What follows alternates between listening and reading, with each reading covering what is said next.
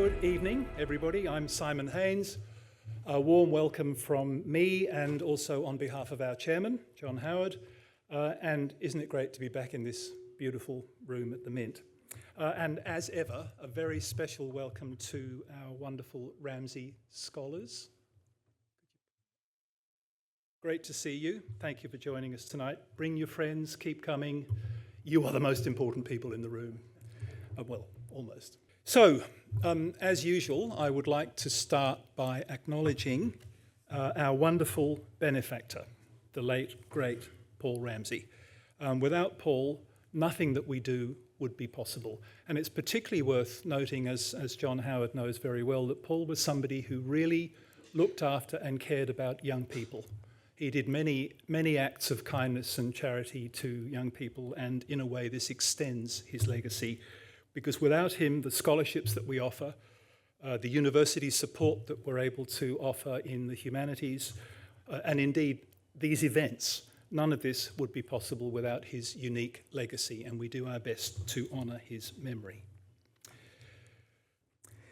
I think it forms a nice double act with our event last month that many of you were at, called Navigating the Crossroads, where we heard from a distinguished panel of speakers about our strategic positioning between China and the US and vis-à-vis our regional neighbours.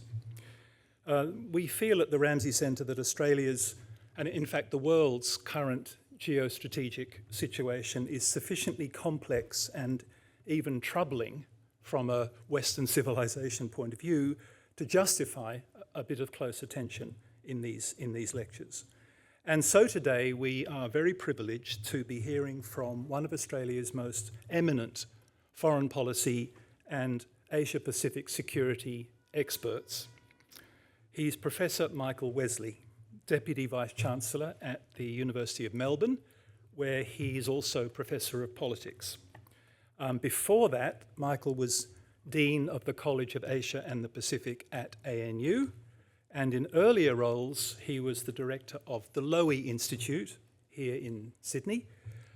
He was director of the Griffith Asia Institute, and also, before that, Assistant Director General at ONA, as it then was, now ONI, which from my point of view definitely makes him one of the good guys.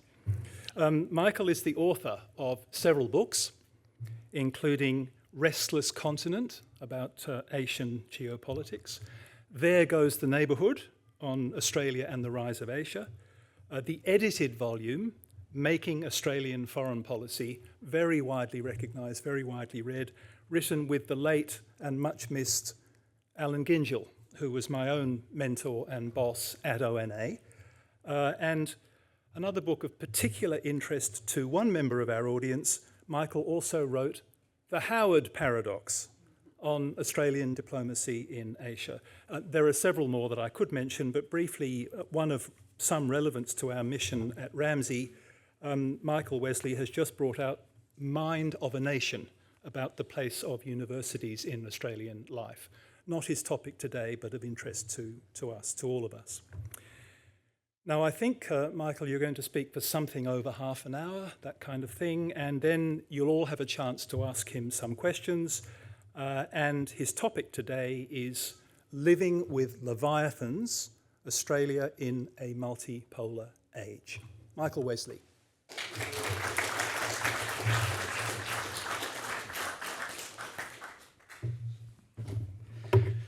Simon, thank you for that very generous introduction, and can I thank the Ramsay Centre for the invitation to come and speak.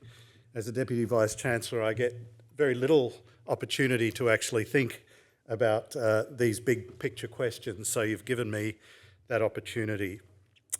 I acknowledge the ancestors and elders of the Gadigal people on whose traditional lands we meet tonight, and can I also acknowledge former Prime Minister John Howard, who led this country with such distinction. On the 29th of October 1958, Prime Minister Robert Menzies gave a pre-election speech at Canterbury in Victoria. Among his remarks on domestic policy, he came to foreign policy. And he said, and I quote, "The dominant element in our foreign policy is, of course, to maintain friendly relations, to be good neighbours, to have powerful friends." Why powerful friends? Does anybody suppose that we could, in our own strength, defend ourselves against a major aggressor, unquote. The phrase great and powerful friends, as coined by Menzies, has since become almost a cliche in describing Australian foreign policy, because it describes a fundamental truth, that the most consistent impulse in managing this country's relations with the outside world has been to cleave to a great power protector. My friend, Simon's friend, the late Alan Gyngell, captured the same impulse in the title of his History of Australian Foreign Policy, Fear of Abandonment. As Alan pointed out, if your dominant motivation is to find protection in a special relationship, your deepest fear will be of being abandoned by your protector. Australia was colonised in 1788 as part of the British Empire and looked to Britain for protection and sustenance for the following century and a half. In 1942, following the Japanese attack on Pearl Harbor, which brought the US into the Second World War, the fall of Singapore, and the Japanese arrival in Papua New Guinea and Solomon Islands, Australia turned to the United States as its new protector. Formalised in the ANZUS Alliance in September 1951, Australia's alliance with the US came to be the central plank in Australia's foreign policy. The same moral transaction that lay at the heart of Australia's close relationship with Britain was reproduced in its relationship with the United States. First was the need to establish Australia as a vital part of its allies' structure of global power. Australian ports anchored the Royal Navy in the Pacific and Southeast Asia, just as the joint facilities at Pine Gap, Northwest Cape and Narungga were integral to US security in the nuclear balance with the Soviet Union. The logic was for Australia to be indispensable to its ally.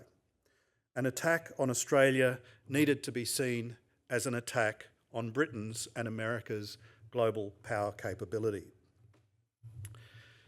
Second was the demonstration of absolute loyalty. Australia needed to show its willingness to fight in the defence of its protector's global power position. From the troops from the colony of New South Wales who fought in Sudan in 1885, through Gallipoli and the Western Front in World War I, to North Africa in World War II, to Iraq and Afghanistan in the present century. Many of Australia's military expeditions were motivated more by alliance maintenance than actual threats to Australia. Third was the maintenance of trust. As a majority ethnically British and Protestant society that was an English-speaking parliamentary democracy, Australia already had the advantage of familiarity with its great power protectors. But it needed to go further, to lessen any possible causes of distrust. This involved developing a strategic culture and outlook strongly consistent with its allies' own, sharing their perceptions of whom to trust and cultivate and whom to distrust and confront. It involved similar alignments in multilateral institutions, broadly consistent international economic policies, following closely allies' security settings and technology choices. The golden ring of trust was symbolised by being a member of the Five Eyes Club, the inner sanctum of countries permitted the greatest access to the Anglo-American signals intelligence capabilities. This was a status that Australia came to value above all others. It was a policy that made sense during the 19th and 20th centuries. Australia was a long way from the centre of geopolitical contest during the Imperial Age and the Cold War. Britain and America supplied investment for Australia's development, military technology, and a cultural and intellectual ecosystem for a modernising Australia. For the second half of the 20th century, the United States was supremely powerful in Australia's region. The question I want to pose tonight is whether close collaboration with a great and powerful friend makes sense for Australia in the 21st century. Like many policy domains, foreign policy must go beyond managing today's issues. It must be about setting the platform as well for success in the decades to come. Foreign policy must therefore be attuned to the trends that are shaping the world of the future and putting in place measures that will see this country best placed to be secure and prosperous in that world. We should therefore be thinking deeply about the world in 2050 and beyond. What will be the factors that play the most significant role in shaping Australia's international context? To my mind, there are two wildcards and one near certainty in terms of future shaping factors. The first wildcard is technology. Technological change is accelerating, driven by ever-tightening cycles of innovation, increasingly within the private sector. While reports proliferate on what technologies will shape the future, these, to my mind, are inevitably based on technologies that are being worked on right now. They cannot know what knowledge breakthroughs will drive technological innovation in 20 or 30 years' time. Thinking we know now what technologies will be dominant in the 2050s is a bit like taking the Jetsons cartoon of the 1960s as a reliable guide to life in the 2020s. The second wildcard is climate change. Despite predictions, we simply don't know at which point carbon concentration in the atmosphere will peak and begin to fall. Therefore, we cannot know what its effects will ultimately be on the global ecology and eventually on state behaviour. The one near certainty we have about the future is the structure of global power. I want to suggest that world politics will be dominated by three great powers after 2050: the United States, India, and China. These three countries alone will have the demographic and economic heft to build and project military power, to be at the forefront of technological innovation, and to dominate global markets and financial developments. Other writers would add Europe and Russia to the list of great powers. I don't. While Europe in aggregate has the economic, demographic, and technological heft to qualify, it lacks the ability to decisively and consistently project power beyond its own region. Nothing in its internal politics, in my view, suggests it will gain this ability in the foreseeable future. Russia is a power in demographic, economic, and technological decline. We are currently seeing in Ukraine and the Middle East the spend down on military capacity it developed in the late 20th century. If anything, in my view, Europe will be an appendage to American power and Russia to China's. In that role, they will be both assets and liabilities to their great power protectors. The first question is, what sorts of great powers will the United States, India, and China be? In my view, each will bear the hallmarks of great powers throughout history, each with their own twist. Each will bear its own paradoxical great power combination of exceptionalism and universalism.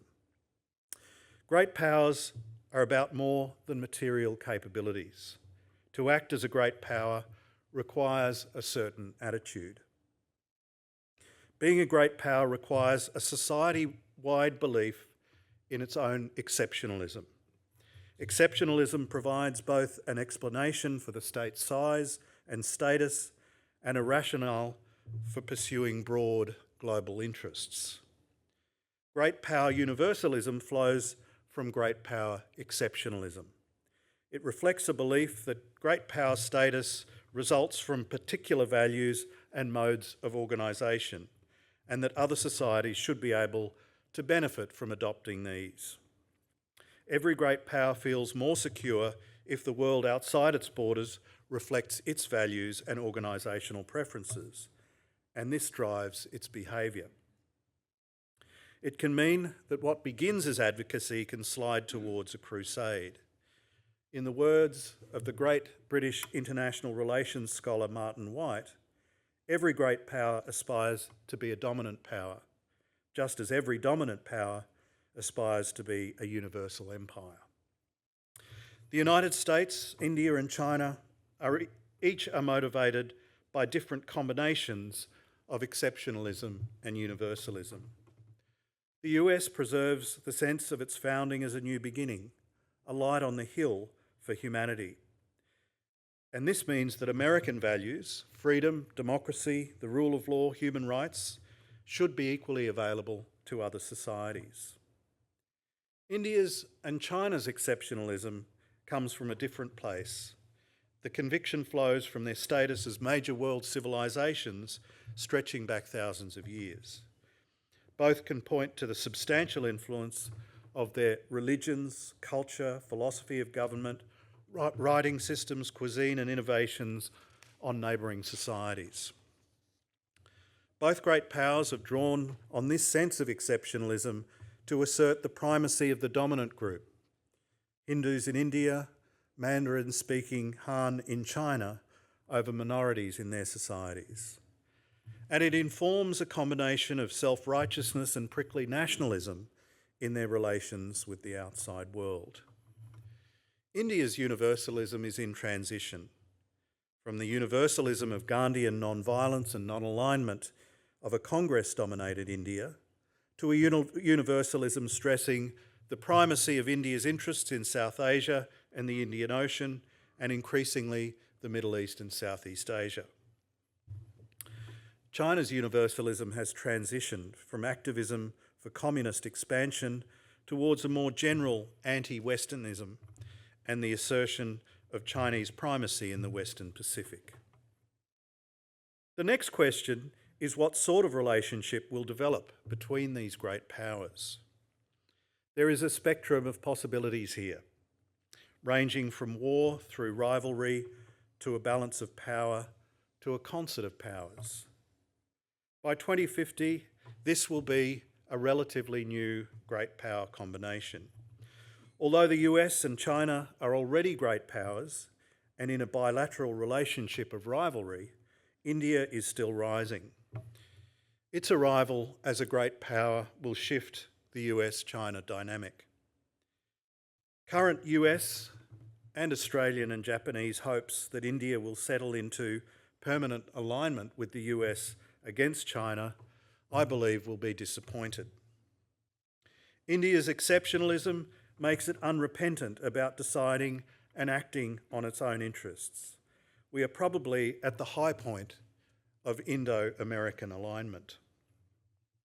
India will benefit all it can from Sino-American rivalry, gaining assistance and strategic space from both China and the US when and where it can, by siding with one side or the other on important questions. By 2050, I believe the relations between the three great powers will settle into an oscillation between rivalry and balancing. It will be an unstable balance because the essential ingredient for a stable balance, a shared awareness of the limits of each power's latitude vis-à-vis the interests of the others, will take decades to mature. As they test the limits of the latitudes of their power, great pressure will be applied to the states and regions between them, as each tries to create and then expand a sphere of influence over which it has primacy and can exclude the influence of its rival great powers. We can expect the amplification of trends we are already seeing, the denigration of the values of the other powers, and the amplification of the threats they pose, the increasing dysfunction and gridlock of regional and global institutions, the reference to universal values such as the prevention of genocide to justify aggressive great power behaviour. My third question is how should a non-great power like Australia, situated geographically at the centre of the triangular power competition, situate itself among them? There's a spectrum of possible responses to the balance of power.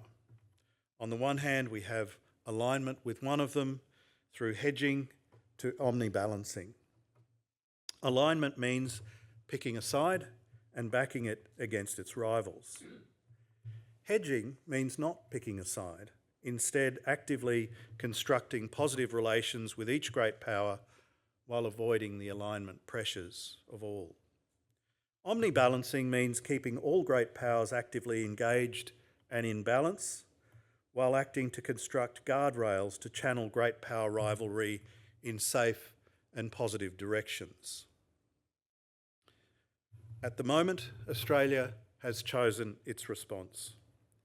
It has chosen to align ever more closely with the United States while becoming more confrontational towards China.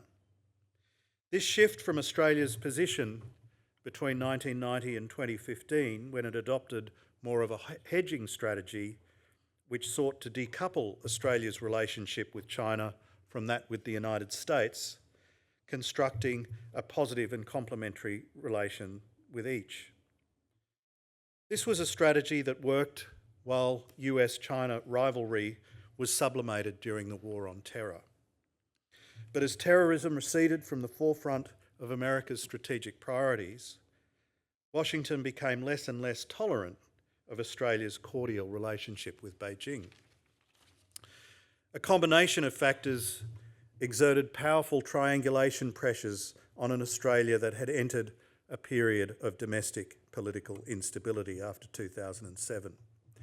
These pressures included China's assertiveness in the Western Pacific and the South Pacific, American warnings that allowing Chinese telecommunications company Huawei to build Australia's 4G network would constitute a serious national security threat to Allied intelligence collaboration, apparent Chinese interference in Australian domestic politics, and Washington's lobbying against Australia joining China's diplomatic projects, such as the Asian Infrastructure Investment Bank and the Belt and Road Initiative. Australia simultaneously began further tightening its alliance with the US while engaging acrimoniously with China over the South China Sea, foreign interference, Xinjiang, debt trap diplomacy, and the origins of the COVID pandemic. The result was new tidal marks in both bilateral relations. With China, the deepest crisis since the bilateral relationship had been established. With the US, a new AUKUS agreement in which Washington agreed to sell nuclear propulsion technology to an ally, something it has only ever done with one other country, Britain. The fallout has been profound for our foreign policy. Our diplomacy in Asia is now conducted primarily through the lens of our fractured relationship with China. We are most comfortable and creative with countries that align with us on China.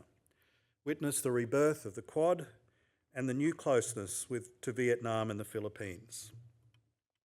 But Australia seems all at sea when it comes to relations with states that either don't share its alarm at China's rise and activities, and especially so when it comes to countries that are worried by China but refuse to align against it.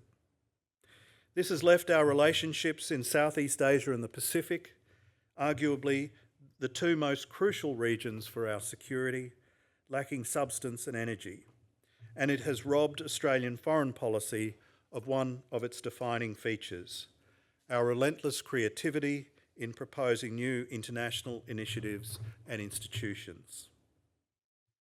Looking ahead to the 2050s, when we face a triangular balance emerging between three great powers, we need to ask whether Australia's traditional option of aligning with a great and powerful friend is most likely to ensure its safety and prosperity in an era of intense geopolitical balancing. It might help to take a risks-based approach to thinking about our future strategic circumstances. Three primary risks come to mind, each of which could degrade this country's safety and prosperity now and into the future. The first is a physical attack on Australian territory and/or the application of coercive measures against our society. The second is the breakdown of order and stability in Southeast Asia and the Pacific.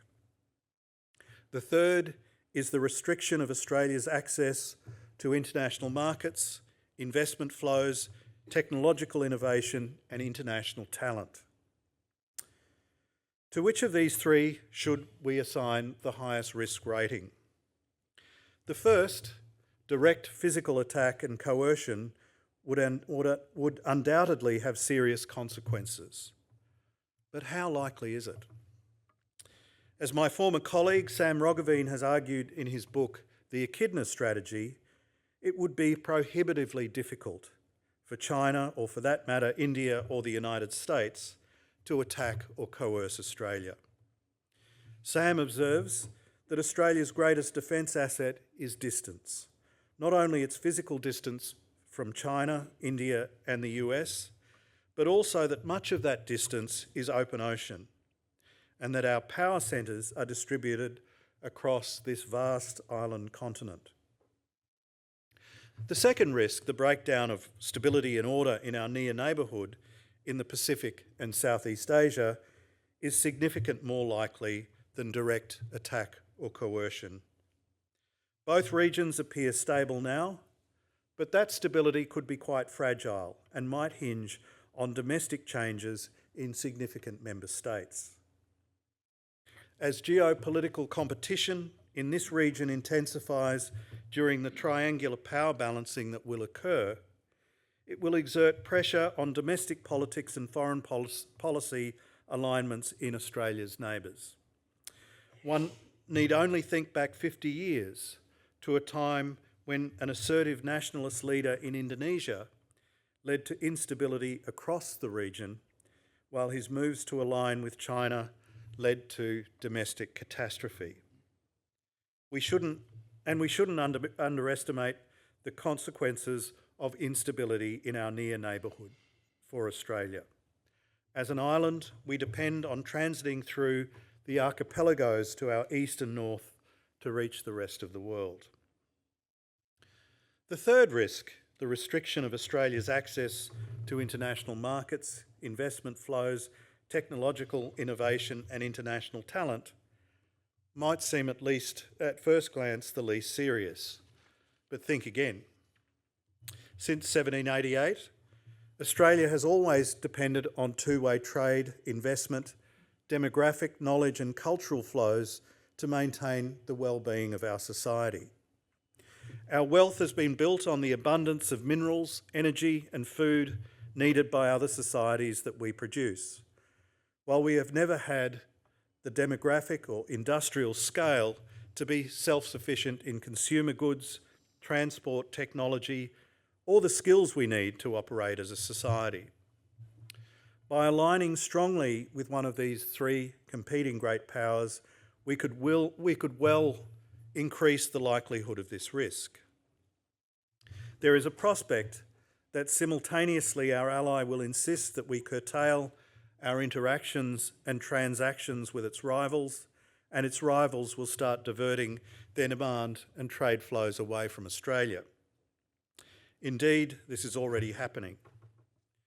The American threat that our intelligence cooperation could be at risk has limited our choice of telecommunications technology, while China has been actively cultivating alternative sources of the minerals, food and energy it currently receives from Australia. As geopolitical competition increases, it is logical to assume that these pressures on aligned countries will increase too. So to summarise, in my view, direct physical attack or coercion is the lowest risk we face, and instability in Southeast Asia and the Pacific, and the restriction of Australia's access to international markets, investment flows, technological innovation, and international talent are much more likely and dangerous. These are the risks we should be acting to mitigate.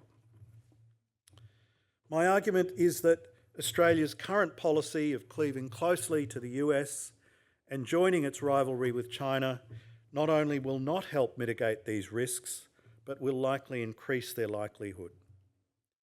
In other words, we are mitigating the wrong risk while ignoring the more serious risks.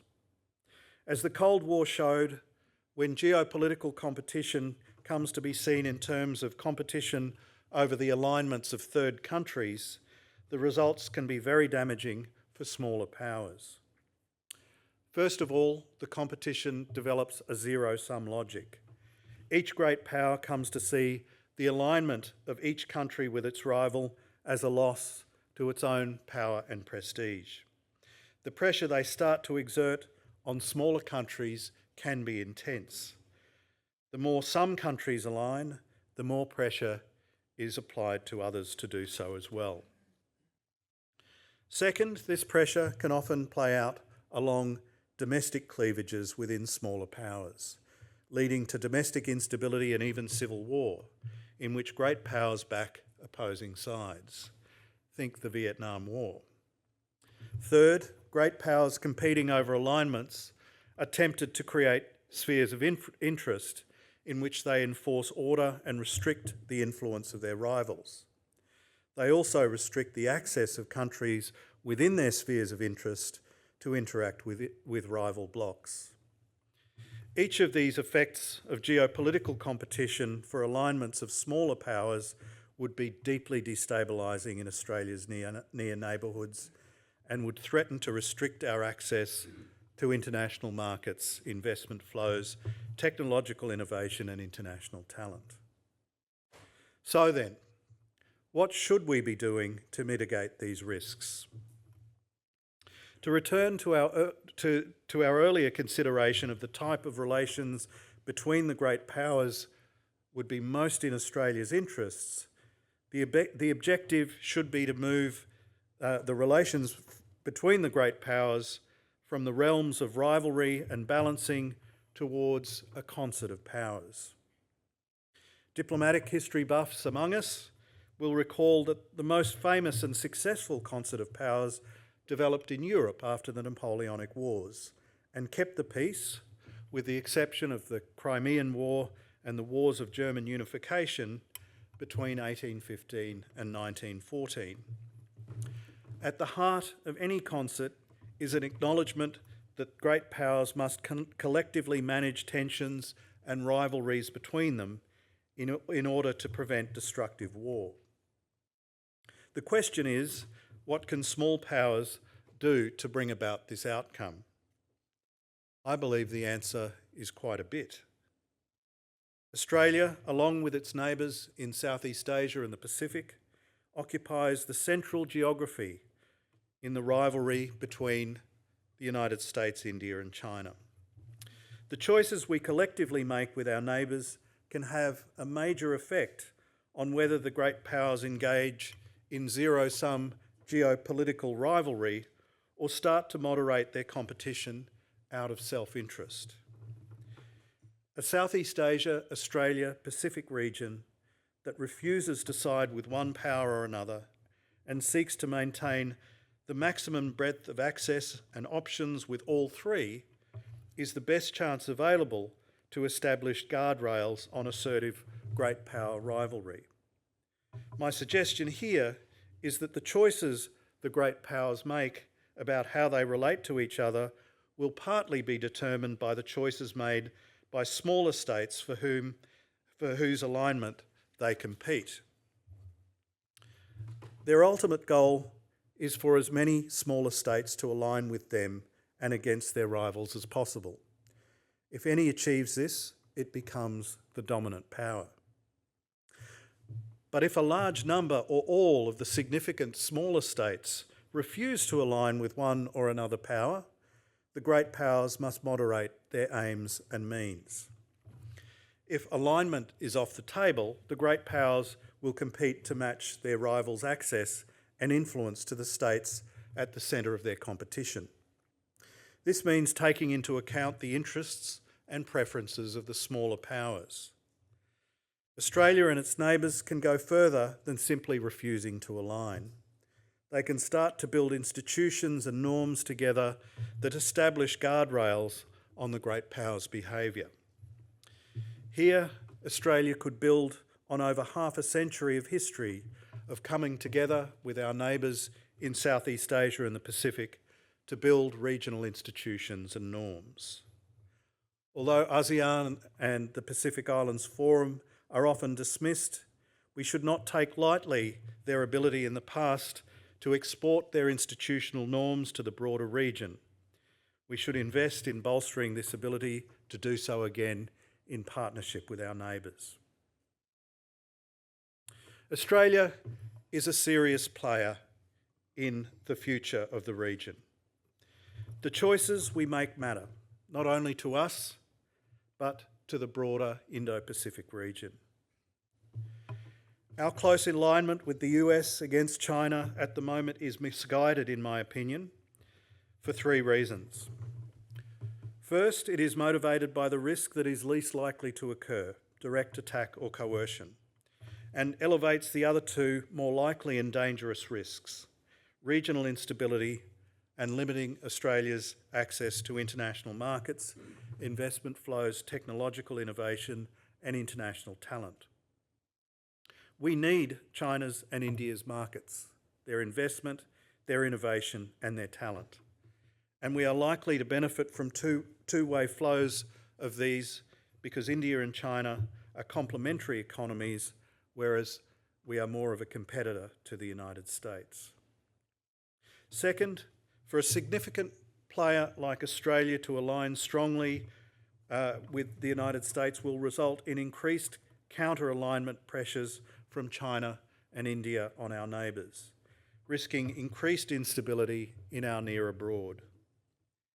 Third, our alignment weakens the diplomatic heft of the rest of the region's refusal to align and reduces our ability to engage in more active norm building with our neighbours.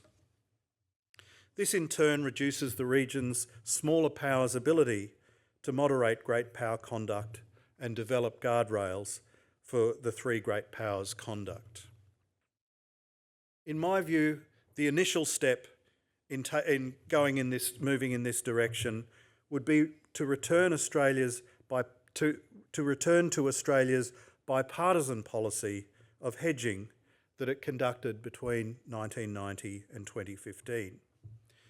This saw Australia proactively de-link its relationship with the US from its relationship with China and simultaneously build mutually beneficial bilateral relationships with each of them. During this period, Canberra quarantined differences with each great power and built on mutual interests. It's what I've called the Howard Doctrine in other writing that I've done. As John Howard put it in 2002, and I quote, "The relationship between Australia and China is sound because it is built upon the important principles of mutual respect for each other and a recognition that different societies that have different cultures and different histories can nevertheless work together very closely if they understand those differences and they focus on the things that can bring their two societies together," unquote. After 2009, Australia faced rising pressure from both the US and China to make choices that eventually ended its ability to de-link these bilateral relationships. Ultimately, it came down to the sanctity of Australia's intelligence relationship with the US and the choice that it made about which companies could and couldn't build its 4G network. Going forward, Australia will face some difficult choices about preparing to live in a multipolar age. These include choices about what sort of relationship it wants to see among the great powers, what sort of relationship it wants bilaterally with the US, India and China, and how much Australia's future risks can be worsened or mitigated by the relations it builds with its neighbours in Southeast Asia and the Pacific. To make these choices and to make the right choices will require qualities that have been in scarce supply in recent years: reasoned debate, far-sighted policy analysis, national leadership and political maturity. But it must begin with an honest, open debate about the future global order and Australia's place in it. Thank you. Michael, Wesley, thank you so much. You've raised so many questions, it's hard to know where to start. And I'll be very brief because I'm sure many of our audience would like to ask follow-up questions to what you've been saying. But let me just begin with this. If we think about the tripolar world, in a sense, that you've articulated, we talked about China a bit at the last one of these events. So let me focus on India just for a second and ask you something about India. I mean, in the context of, for example, the Quad, we've kind of got into the mindset, haven't we, of placing India as the kind of democratic world citizen, as the foil to the now somewhat autocratic-looking anti-Western China. I mean, that's become the kind of mindset that we've got.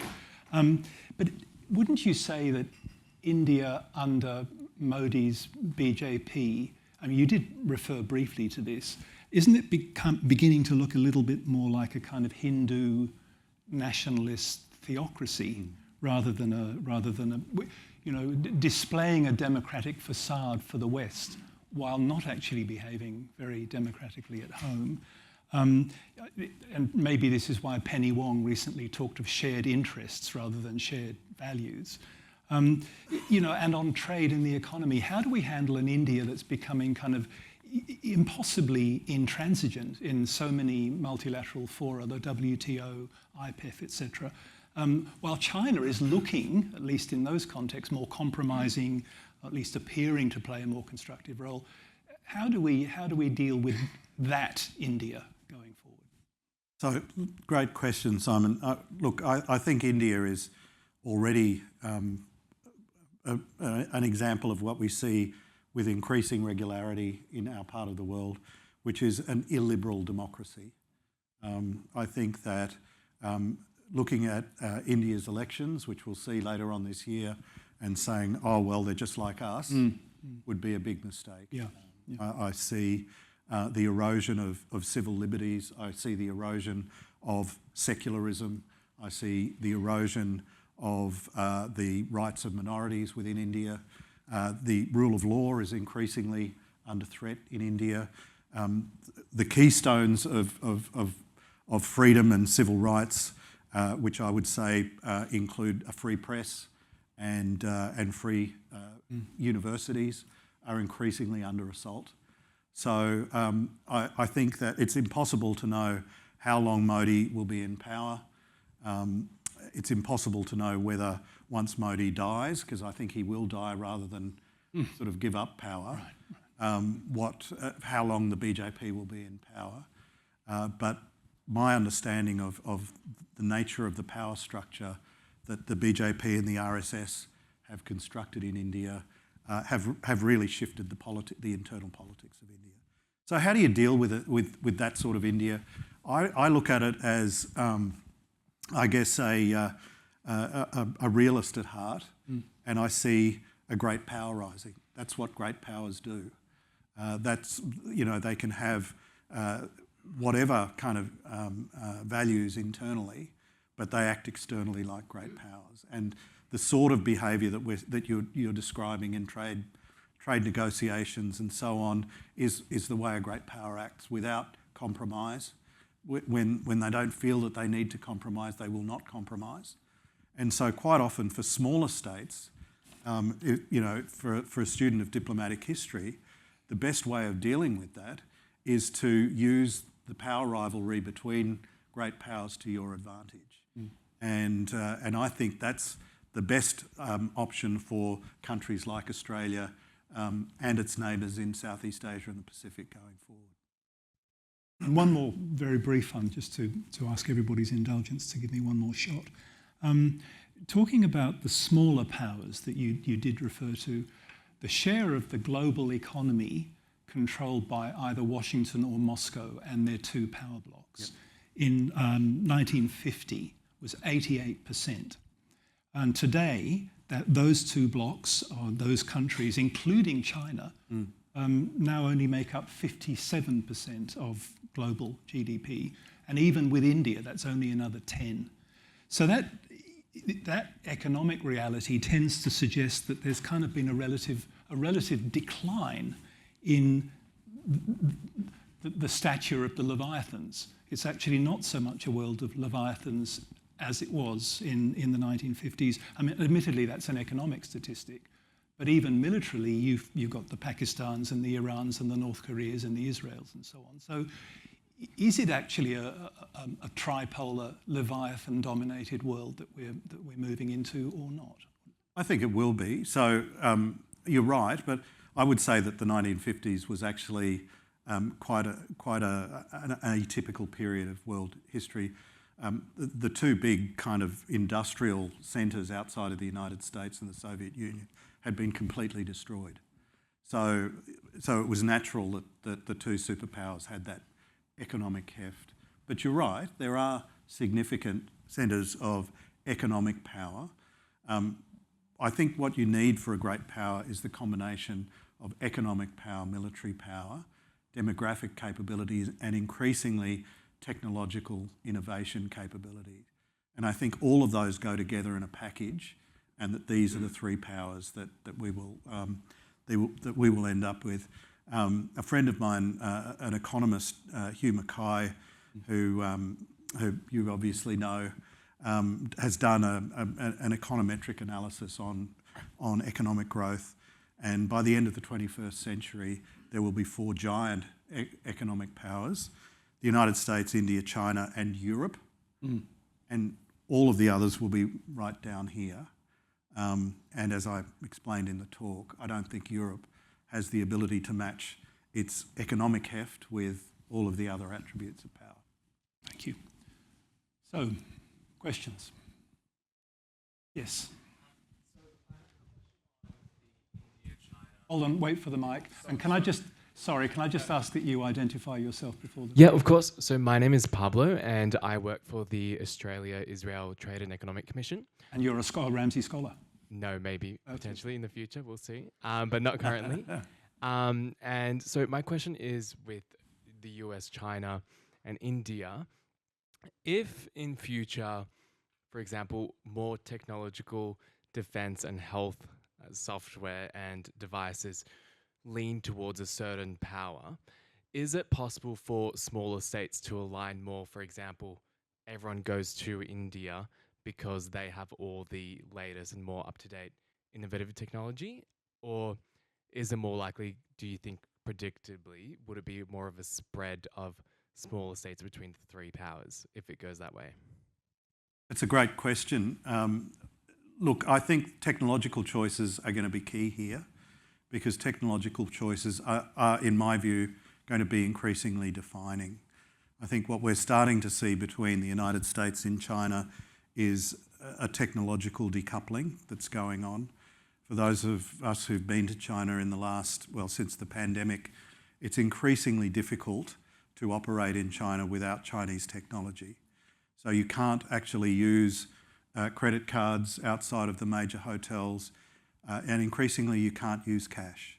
You've got to use the WeChat-based app to pay for things, and at the University of Melbourne at least, we're not allowed to download WeChat on our university devices, so we're completely stranded. Increasingly, of course, if you're on a Gmail account, you can't use that in China. And so I think what we're starting to see is a technological decoupling. It's happening between China and India as well, with India banning a range of Chinese apps. So the technological choices are going to increasingly be defining, and what technological choices we make. I think the technological choice we made over Huawei, I date that to the beginning of the fracturing of the relationship with China, and it became defining for us. So, we are going to have to be very careful about the technological choices that we make, and because eventually technology is going to increasingly define what sort of economy we have, what sort of products we develop, what sort of payment systems we have, and so on and so forth. So it's a really key question, and it's going to become increasingly defining in foreign policy terms as well. Thank you. Question at the front here, Jack. Philip Wood. Philip Wood. Mike, thank you for a tour de force of realpolitik, if I can mix those European languages. However, what you haven't done in that highly realpolitik analysis is that you're speaking here at the Ramsay Centre for Western Civilization. Now, I accept that this may not be America's finest hour, but at the end of the day, it is a liberal democracy, a bona fide democracy with liberal values, which we Australians naturally empathise with.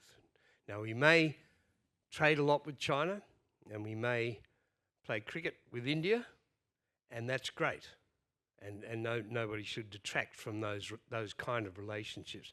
But what room is there in your analysis for Australia being able to side, if you like, with a country with whose cultural, political values it has most in common? Look, a realpolitik answer would be to go back to the high priest of realpolitik, Hans Morgenthau, that if you base your foreign policy on values, you're building it on shifting sand. You must base foreign policy on interest, not values, because it's the only thing you can bank on. Absolutely, we have very strong cultural and values commonalities with the United States. But does that mean that the United States will consistently act in our interest? The United States is a great power. The United States will act in its own interests. And so, it's important. It's great that we have a great power with which we are culturally close and which we share political values and political institutions. But should we base our foreign policy on that? In my opinion, no. Nations have interests, not friends. Peter Rowe. Thank you. Peter Rowe. Look, I need to make a clarification, particularly about Huawei. Australia banned Huawei for the NBN long before it had come into focus with the United States or anybody else. And we did that because of our own assessment and our own judgment of the threat that Huawei posed. So it only flowed that we weren't going to use them on the 4G or the 5G, and it was nothing to do with the Americans threatening one way or the other. But the question I wanted to ask was, we haven't mentioned tonight Japan or Korea, two of them much more in the firing line than Australia, and yet they've made quite definite choices and seen where their interests are. I just wonder why we, who have see the world even more closely with the United States and than South Korea or Japan, why we would see the region and the world and our interests differently? The short answer is geography. Japan and Korea are much closer to China and much further away from India and the United States. And we have the advantage of neighbours in Southeast Asia and the Pacific, so with whom we have deep and long relationships. So I think the world looks very, very different from Tokyo or Seoul. There was a question right at the back. The next one. Professor Wesley, there's a guy called Professor Babones, who you may or may not know. He spends a bit of time in India and he's quite popular on Indian television. His line is that the intelligentsia in the US, following Amartya Sen, the Nobel Prize-winning economist, like to bash up India and exaggerate its democratic weaknesses. and say far less about the democratic weaknesses of China, which are obvious, maybe so obvious that they don't need to be said. Anyway, India has a pretty healthy demographic, but China's ability to produce babies has fallen absolutely off a cliff. So that is a very, very important consideration when you're considering whether China's going to be in the three. Will they have the numbers? That's true. Will they? Have you looked at the fertility rates, etc.? I've looked at some demographic projections, some of which suggest that that China will have, down to 600 million people by the end of the 21st century. 600 million people is still a lot of people, and with technological change and the rate of technological development in China, I think you would be making a very big bet to be betting against China being a great power by mid-century, or falling so far that it will not be a great power. I mean, people are talking at the moment that China is facing a future of 3% per annum growth. 3% per annum growth on an economy that size is a lot of growth, and that's with it struggling. So, demographic trends are important. They're certainly important in societies like Russia, Japan, Korea. But I think that China has reached a stage where you would have to factor it into a great power order by mid-century. We've got one question here and then a couple over that. So just here, Jack, please. Thank you very much for a very insightful presentation. And my question is that while Australia may be able to take the path of what Gareth Evans described as a middle power, an influence higher than its weight in the world otherwise, it seems to me that while we may not face the threat of physical incursion or coercion, that striking the middle balance still must take account of important threats to the Western tradition which Australia inherits and has built upon. And so I wonder if you can comment on how Australia, in that middling role, as it were, would be able to ensure that two other significant powers, being China and India, there are serious threats to their apparent democracy in India's case, and certainly greater threats in China. How can we leverage a position of non-alignment in some degree to ensure that those fundamental principles of the rule of law, of freedom of speech, of civil liberties are maintained? What opportunities are there, and how can we practically in our political diplomacy effect that defence of Western civilization? Thanks for that. I would say by putting ourselves in a position where we have the maximum amount of national sovereignty and fundamentally investing in those values and those institutions. I think that the pressures on our values could be quite intense.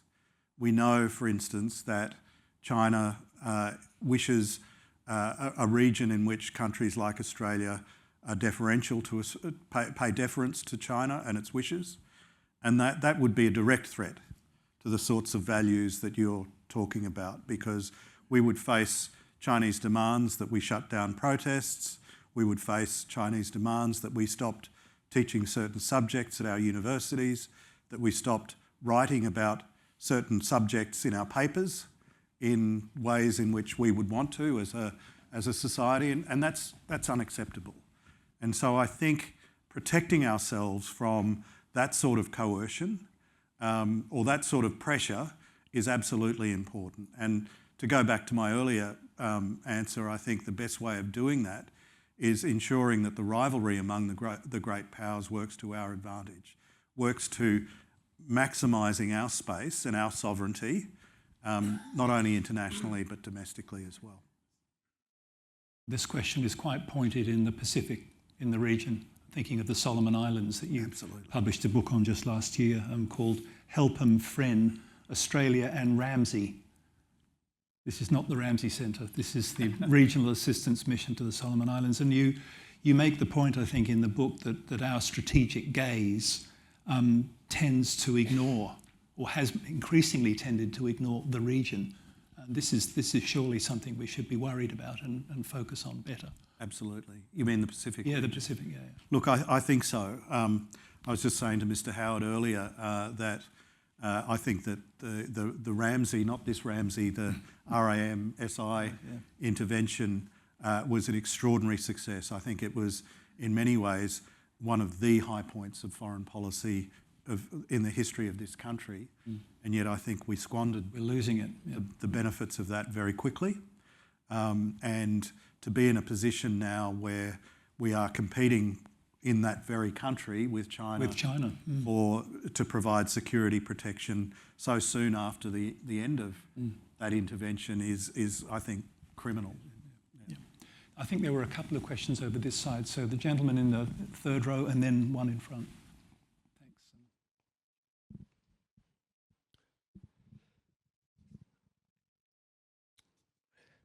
Paul Hatfield, no media connections.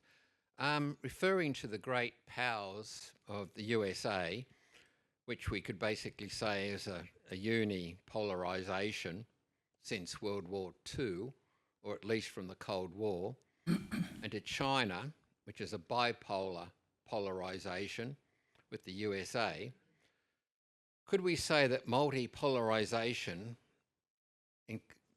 doesn't just include India, but could refer to corporations like Microsoft, artificial intelligence, and social media? Yeah, look, that's a great question. It's one that's increasingly being asked.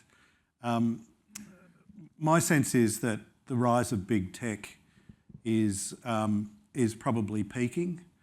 I think I get the feeling, I could be wrong here, that we are starting to see the state reassert itself against big tech, that the increasingly fractious relationship between particularly the US government and Facebook and Google and Amazon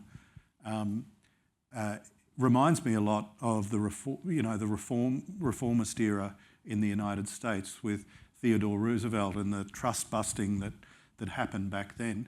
It's also interesting that a simultaneously or a very similar process seems to be happening in China, with the Chinese state reasserting its dominance over the big tech firms in China, from Jack Ma to the others. So I think we're probably seeing a peaking of that, and my prediction would be that we will see over the next decade or so the state reassert itself over big tech companies. What that will look like, I don't know, but I certainly wouldn't expect big tech to supplant the power of states. Yes, good evening, Jean-François Vernet. So I was quite intrigued by the fact that you have chosen 2050 for your analytical projection of the world situation. The reason is that most experts in neuroscience and in artificial intelligence believe that by then artificial consciousness will be created, which means full autonomy for AI.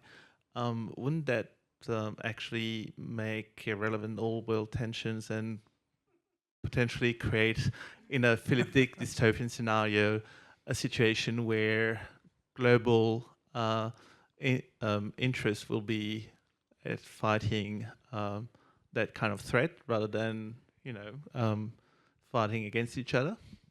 Well, I wish I was such a utopian, but I actually think AI will most benefit state power. And I think it is already starting to benefit state power for good and evil. I think, for example, the rise of the Chinese national security state based on AI basically has allowed a regime to surveil its population to an extent that we've never seen before. And I think it's only just got started. The ability to use AI in assertive, aggressive ways against other societies. I think we'll see that in the US election later this year. So I think the big beneficiaries are going to be rivalrous states rather than it somehow dissipating state rivalries. Thank you. So one more here, just a brief question, and then one last one. My name's Jazz Dawson. I'm studying the Bachelor of Arts and Laws at ACU. My question was whether you could clarify the distinction between hedging and omnibalancing. Oh, sorry, yeah. And which one is more realistic, and then whether there might be a historical analogous example, if there is one, Yep. as the path that Australia would take. Great Question, thanks for that. So the hedging strategy was the one that I think Australia adopted under Mr. Howard and his predecessor, Paul Keating. I think omnibalancing is a bit of an international relations jargon term, and I apologise for that. It's largely what the dominant countries of the Association of Southeast Asian Nations try and do. ASEAN's sort of modus operandi, if you like, has been not to balance with any one power or another, but to sort of engage with all of the great powers, whoever they might be at any particular time, and draw them into the region, and to try and use its own norms to kind of create an ideal situation. I think the countries of Southeast Asia, which have, a very, very long history, much longer than, modern Australia's history of dealing with the rise and fall of great powers in this part of the world, have an ability to engage, not particularly side with one side or the other. I find conversations that I have with diplomats and analysts in places like Singapore, Indonesia, Vietnam, to be absolutely fascinating to hear how they see the region and the world and how they think about what their country should be doing. They share many of our worries and many of our fears, but they have different ways of engaging, and I think we've got much to learn from that style of dealing with great powers. One more, just at the back there. Hello, Anthony Curtin. Just looking back through history, we've seen how individuals have changed the course of history. I mean, Simon mentioned Modi, nobody's mentioned Xi, and even Trump. And the fact that an isolationist Trump and an aggressive Xi could change the course of history very quickly within the next 4 years. Mm-hmm. How do you see these impacts of individuals affecting what we would have thought was maintaining the world order to 2050 and and the way we ran our foreign policy when we thought China, by trading with them, by making them richer, would become part of Western civilization in terms of values? Different kinds of Leviathans. Yeah, it's a great question, and look, I do think individuals are, particularly those in charge of great powers, can make really big changes to history. Look at Vladimir Putin. I think the decision to invade Ukraine will probably be seen as one of the nails in the coffin of Russia as a great power. Look, I would say that yes, individuals can make differences, but individuals are only in power for certain amounts of time. A human can only live for so long, but the imperatives of great powers remain, and they can change those imperatives, but great powers, as I said, by dint of scale, size, a sense of exceptionalism and a sense of universalism, will probably act within certain parameters. But your question gives me an important opportunity to sort of reflect on the United States. So everyone was surprised and shocked when Trump came to power, and then relieved when Biden won the 2020 election. I don't think the differences between Trump and Biden are as stark as many people think. I think on two issues that are incredibly important to Australia, they are almost the same. Number one, the relationship of the United States to China. Both sides of politics are united on this question more than they're united on pretty much anything else. The second is what I would call an America First economic policy, both Trump and Biden speak in almost identical terms about the era of free trade and free investment being a disaster for the United States. Yeah. And you know, I would take the big set pieces of Biden's economic policy, from the Inflation Reduction Act and all of the others, the CHIPS Act and everything else. They are about America first, using America's market power to draw investment and technology back to the United States. And everyone is worried about that. There could well be a giant sucking sound from the rest of the Western world as the United States brings all of that productive power, innovative power back to itself. So I do worry about that. We're seeing a United States in a bipartisan way depart from the United States that we've been used to since 1945. A sobering thought to end with. Michael Wesley, a magisterial lecture, very generous answers to the questions, and it's been a privilege having you join us. Thank you so much.